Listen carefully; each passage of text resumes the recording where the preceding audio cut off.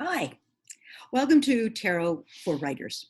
My name is Susan Merson. I'm a writer who lives in New York City, and I'm coming to you from my kitchen, where I hope to explore with you the tarot cards and how tarot can be an inspiration for writers. I've been working for many years, and sometimes when you just don't know what the next thing is, it's great fun to pull from the various tarot decks, and it can give you some inspiration. So this very first episode, we're going to do about 5 or 6 of them. The very first episode is really about introducing you to the cards and the different kinds of archetypes. You know, tarot decks are all based on Jungian archetypes, and they offer you images that allow you to get into the intuitive symbology that each of them has. This is called the Rider-Waite deck. It's the classic deck that is used really all around the world. Certainly was created by the Hermetic Order of the Golden Dawn back in the 1880s. Pamela Coleman Smith, very famous artist, was the first woman artist to design this deck. It's pretty much the classic deck and a really good way to start when you're really just looking for images. If you want to go a little bit deeper, though, you can move into another deck called the Morgan Greer. So this is the exact same picture, the Magician. And you see how it's got a little bit more of a swashbuckling feel.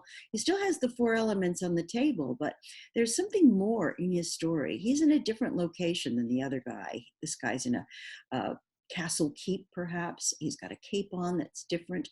And is he more of a buccaneer? And this also can be an inspiration for your story. Where will you go with that?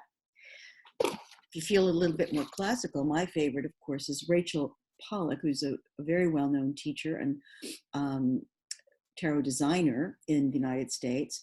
Her deck, the Raziel Tarot, here's her image of the Magician. It's much more biblical. It's based on the Hebrew texts. And a lot of the images you'll see in these cards are Kabbalistic and can take you even deeper if you want to go with a spiritual a message. My very favorite new deck is this one called the Ghetto Tarot. The Ghetto Tarot was done by a Belgian photographer in the ghetto in Haiti, and 20% of the money goes to the people who posed in these pictures. The rest of it goes to an organization that supports the people in the ghetto. The images are strong, they're realistic. This is also the Magician. You'll see he's he's got all his tools on the table, but there's something very real and visceral going on in this picture. And the last one that I've chosen to pull out for you tonight is something called the Housewives Tarot.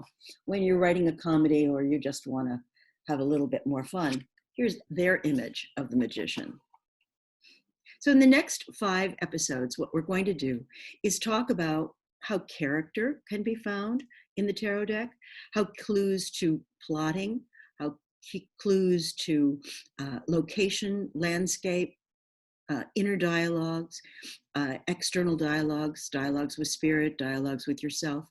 All of those things we can find in the tarot cards. And I'm looking forward to sharing my techniques with you. You can always find me at Susan Merson Author on Facebook. And thanks so much. I look forward to working with you. Bye-bye.